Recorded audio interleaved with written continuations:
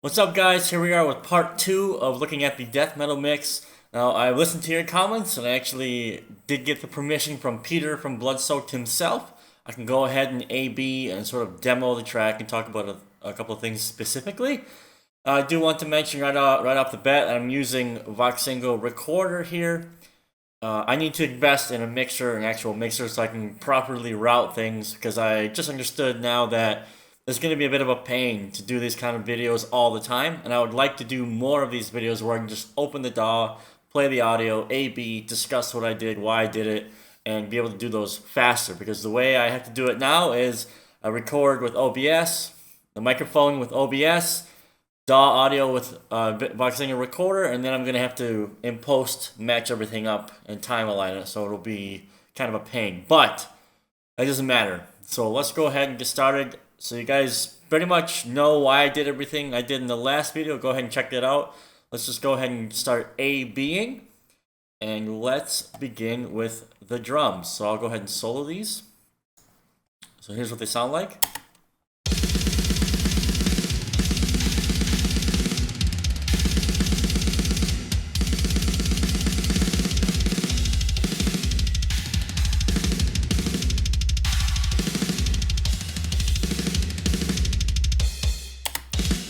So pretty standard. They're quite bright sounding, a lot of attack, especially on that snare. But in the mix, it sounds pretty good. So I actually just will go whoop right down the line here. Let's go ahead and start with kick. And let's play.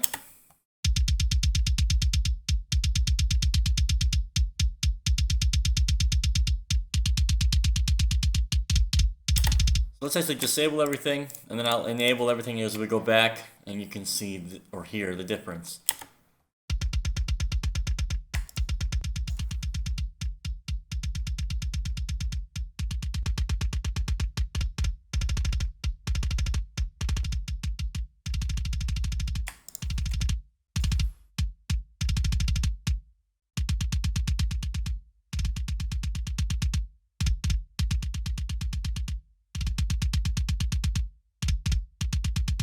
So with the SSL coming, you're gonna hear a major difference. So let's go ahead and get that.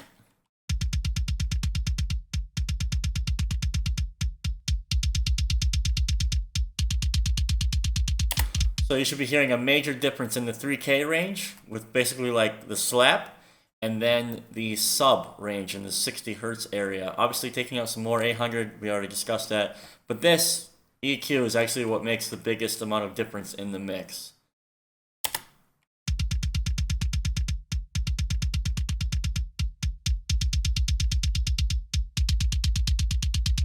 So night and day difference. And then after that we just have the clipper, which is bringing up the level just a little bit to around 0. A little bit of distortion.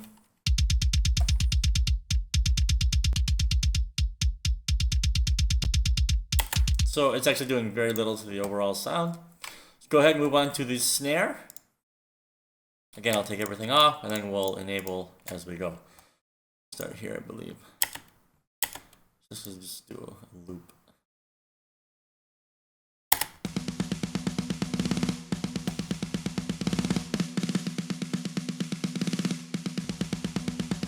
So you can hear there's like a honky range right here in the low mids and the mids that I'm taking out with this cut. Let's listen again. And if we enable it.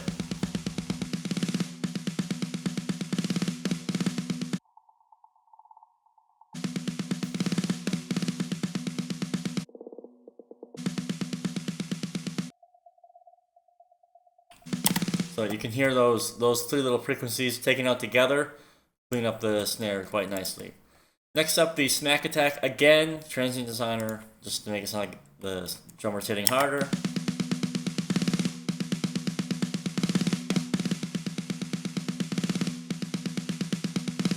It's very subtle difference, but it does help. So the SSL channel strip again. Here we go.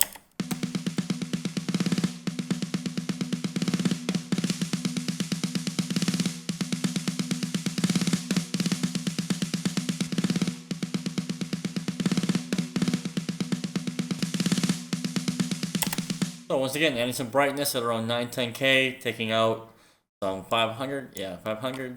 Just I'll show you guys in the last video. Now you can hear the difference. Okay, now we add a gate. A gate is important to add more space. Let's go here.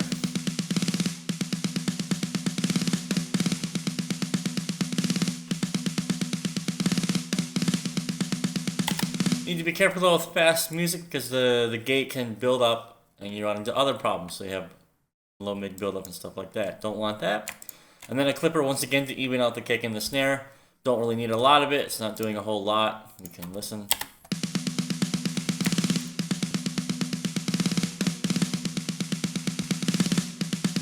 So just a very small touch of distortion and saturation due to the clipping. So let's go ahead and look at the toms. We're going to be looking at this tom roll right here. I'll just do that. So let's go ahead and solo these, snaring the toms, soloing the toms. Now I sort of do the same basic EQ as I showed in the previous video. Now here's why.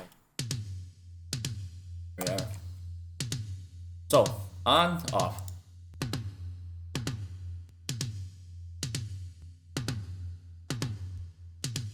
Pretty clear difference night and day in my opinion. Now for, goodness gracious, now for the SSL EQ, same deal. Again, pulling out mids, adding some high end. Turn it off, and then I'll turn it on.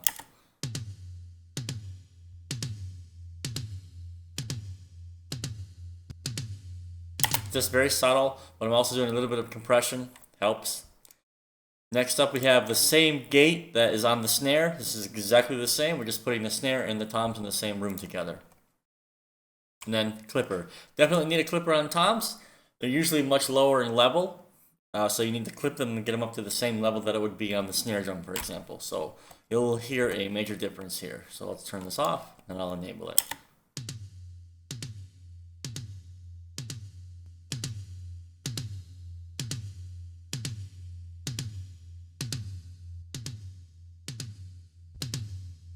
So you can definitely hear the difference. It's the same basic premise for each. I mean, the EQ is not the same as I already mentioned. Same exact processing idea for all the toms. So let's just listen to them.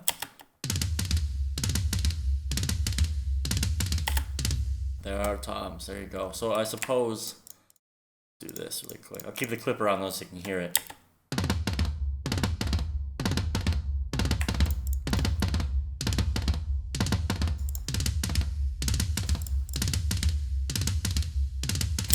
So, going from utter boxiness to nice sounding toms. Good old modern sounding toms.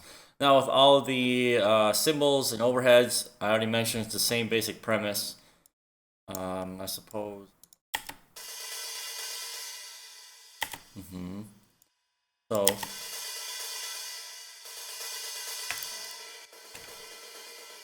this is before. So this is just with the hi-hat song right out of Perfect Drums. So there's dark and there's a lot of whistling resonances in there. So the first thing I do, REQ6, pull out, boom, like I showed you before in the other video.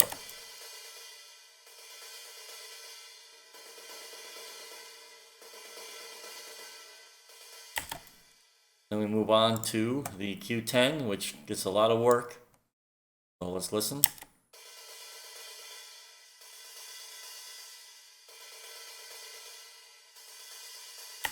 Night and day difference, very easy to tell.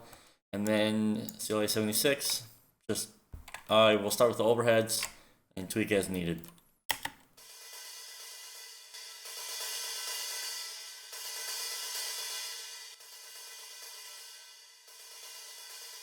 So that's the exact same process for all of the cymbals and the ride cymbal. I don't believe I need to go through every single one. So you basically take out the low end mud that you don't need, and then you want a resonance hunt for those ear-piercing frequencies which you heard, and then throw on a compressor, bring them up in the mix, yada yada. Let's do, however, look at the overheads themselves. Now, I should mention that the way I routed this in Perfect Drums 1.5, the overheads are basically only the shells. So I'm dealing with the cymbals completely separately. So that's why you're going to hear a lack of cymbals in the overheads microphone.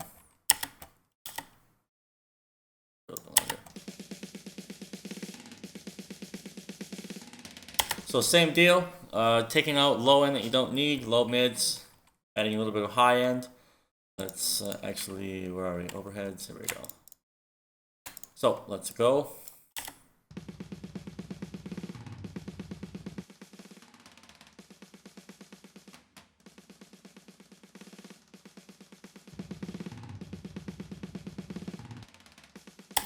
You can hear right away we get rid of a lot of that low end build up and rumble. So let's listen to this now.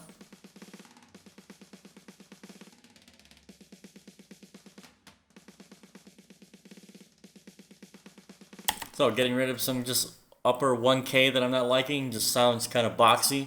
Don't really like it. Getting rid of it. Oops, let's put that back on.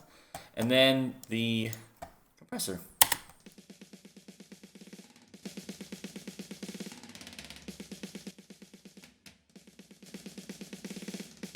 So you can get a lot of attack out of the overheads, which is what they're used for. But if you want the drums to sound big, that's actually where the room comes in. So let's listen to the rooms.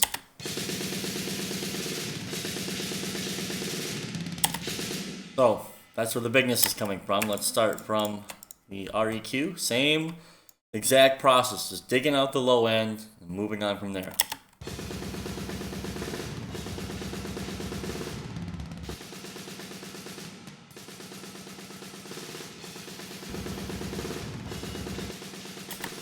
So I think that's pretty obvious. Same kind of cut. You can see it's not in the exact same area, but it's just, I mean, it's not the exact same frequency, but it's in the same area of what I was cutting in the overheads.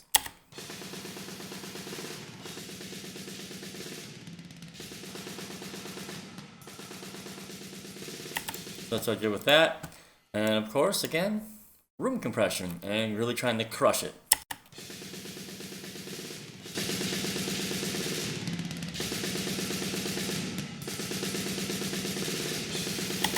So the room compressor will peak anywhere from basically 7 to 10. And that's what really gives it the nice sound that we're going after, a really large sound. So again, and then the reverb, well, I'll show it to you, I guess.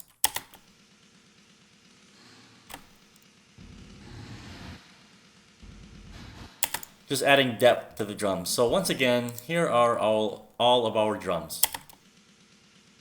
If I can do this.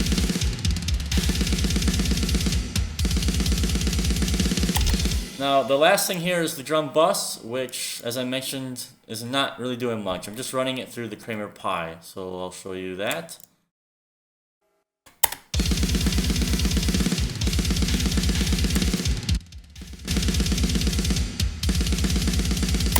So very, very, very, very, very, very subtle compression, just to add a little bit more to the punch, just a tad more. So, in the effort of not making this video 3 hours long, let's quickly move on now to the bass. Bass was split bass processing, as I mentioned in the previous video, but let's go ahead and listen to it here.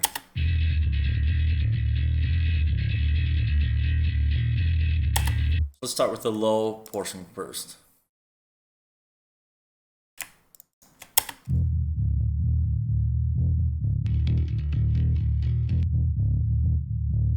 So getting a nice low beat for the bass to work with, which I am then taking out a little bit more of the low mids because the little build up there that I'm not liking.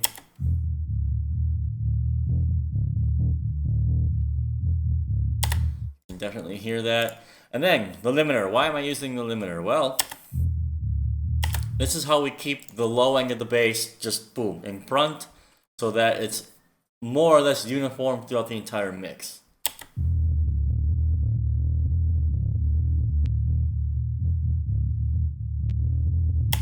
And you can hear that it levels it out a little bit. Now, that's the low end. So the high end, I have it from basically 10K, I'm sorry, from 1K to 10K, carving out the high end. And then I have the BOD from TSE. Let's have a listen to that.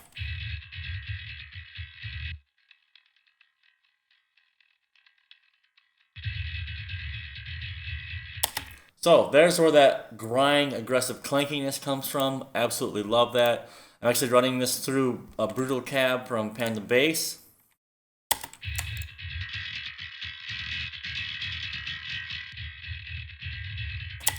And taking out some frequencies that I do not like. So you can really hear some like pinchy, like gritty, grindy type of frequencies here that I'm pulling out. Yeah, just drives me insane.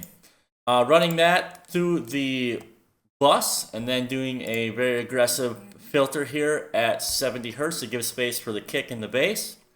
Taking out some more mids and just a tad more 2.5K to help it cut.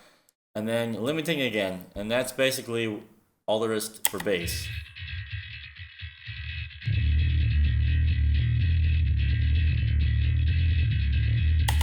Yeah, I mean, when you solo it, it sounds kind of strange, but when you put it in the mix with the guitars and the kick drum, boom, now you have the full mix that you're looking for. Alright, let's move on to vocals. I'm just kidding.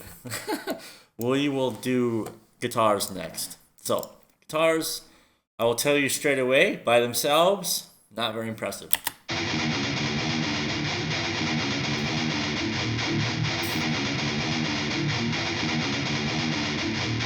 And that's always the case, actually. That is the secret. The guitar sound itself, by itself, will sound tinny. You know? Like, not much going on there. Because that's what the bass is there for. So if we actually listen to this with the bass.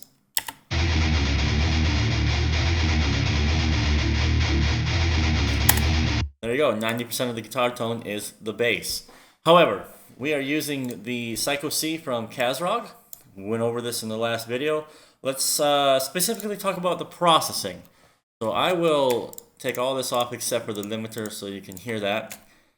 And brace yourself. Let's begin.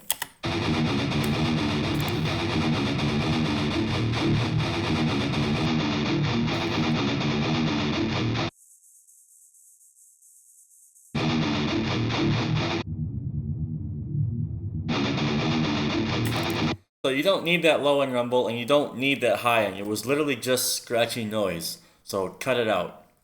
And now from here I go resonance hunting, as I always like to do. So let's listen.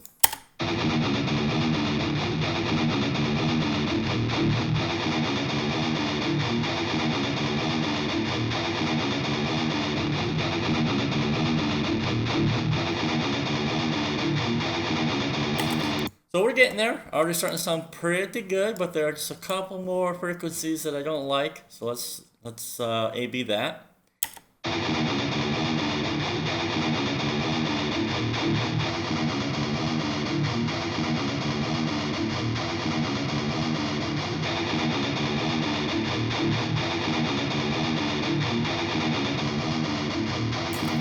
Pretty close, but there's still one more little whistling noise that we need to get rid of.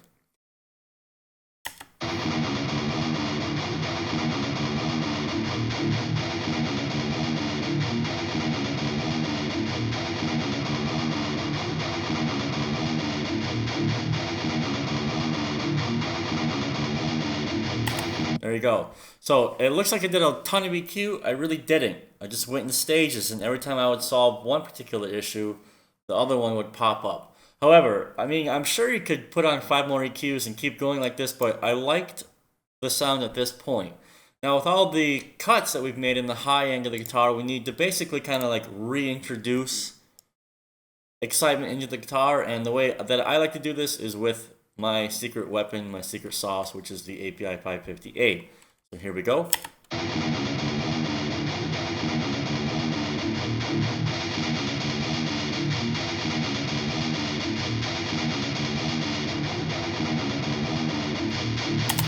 I'm also taking out a little bit of 800.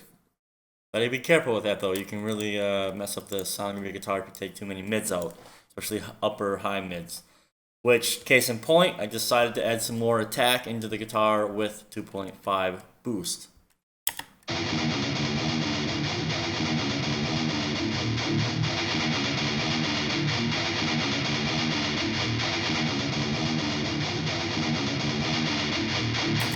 So, in general, you could call it good, but as I continued mixing, there were a couple things that kept popping up that I didn't like, so I took them out.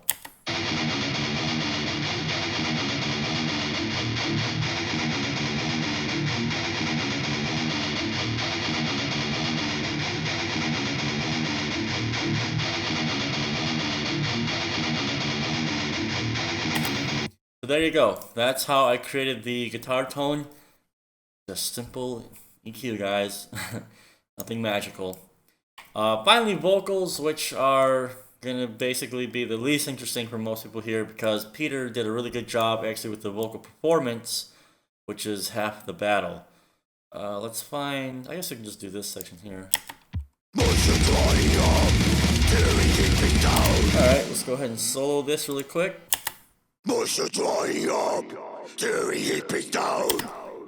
Setting it to delay. So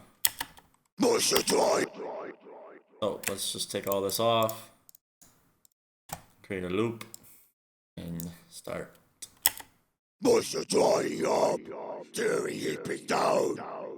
Radiation burns, water out of reach.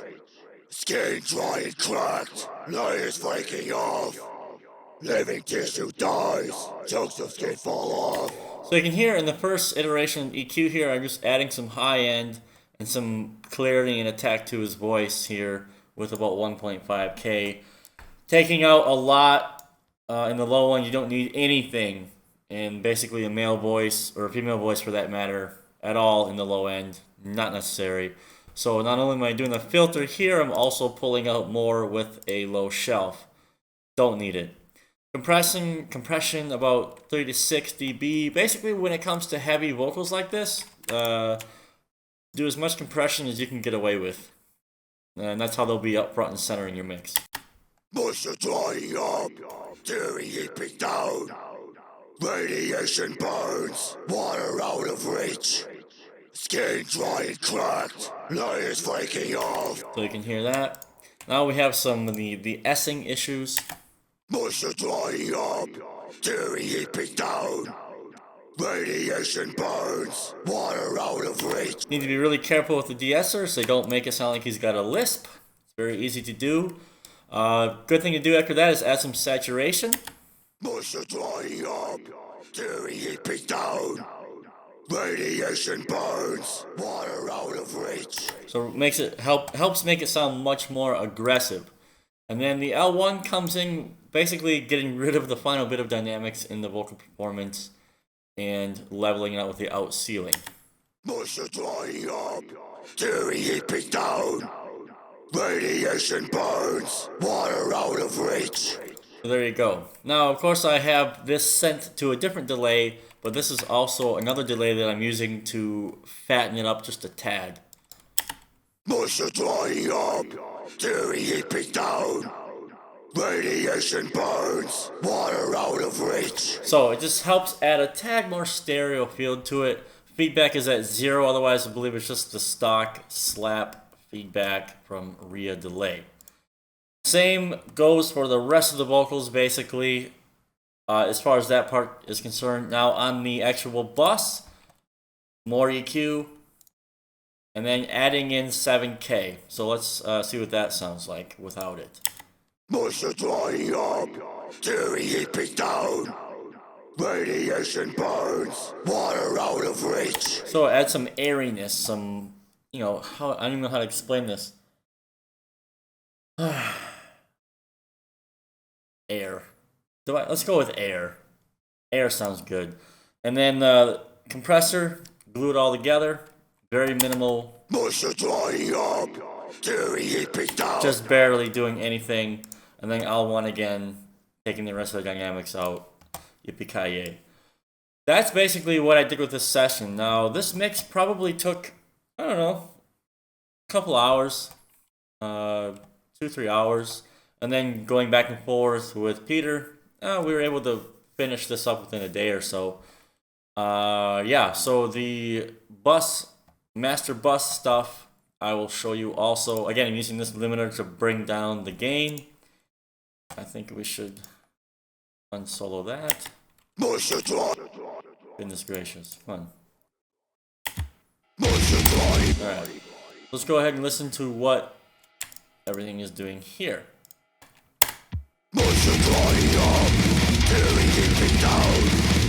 Radiation burns, water out of reach. Skin dry and cracked, layers breaking off. So very subtle tape saturation, right? Now this is, like I said, my secret sauce is right here, this particular EQ. I'm actually going to disable this, and then I'll enable the plugin. Here we go. Multiplying up, daily keeping down. Radiation burns, water out of reach. Skin dry and cracked, layers breaking off. Living tissue dies, chunks of skin fall off. So it is so incredibly subtle, but it adds a little more high end at the 12K level and 60 Hertz to the overall mix, and you can totally feel and hear the difference. I'll A/B it again.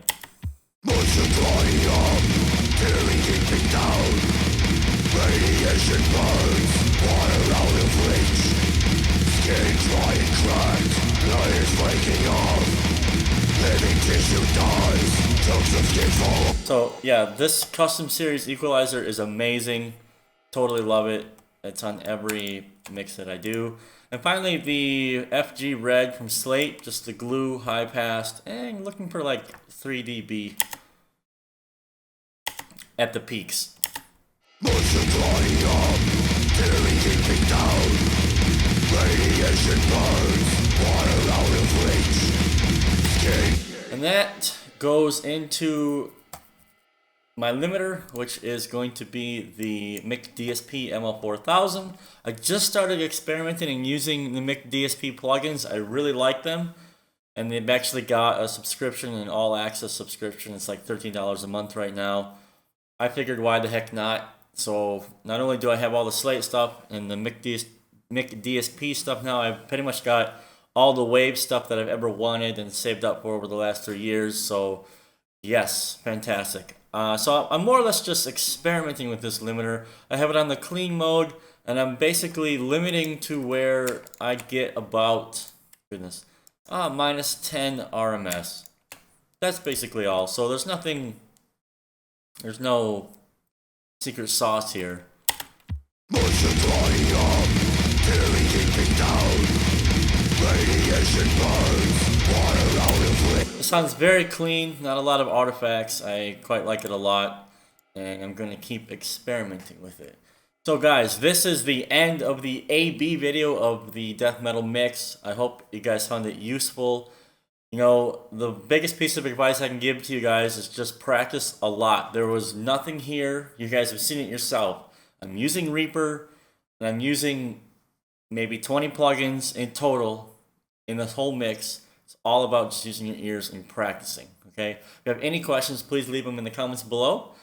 Please also consider leaving a like rating if you liked the video. Subscribe, hit the bell notification button, and I will see you guys in the next video, okay? Have a good one.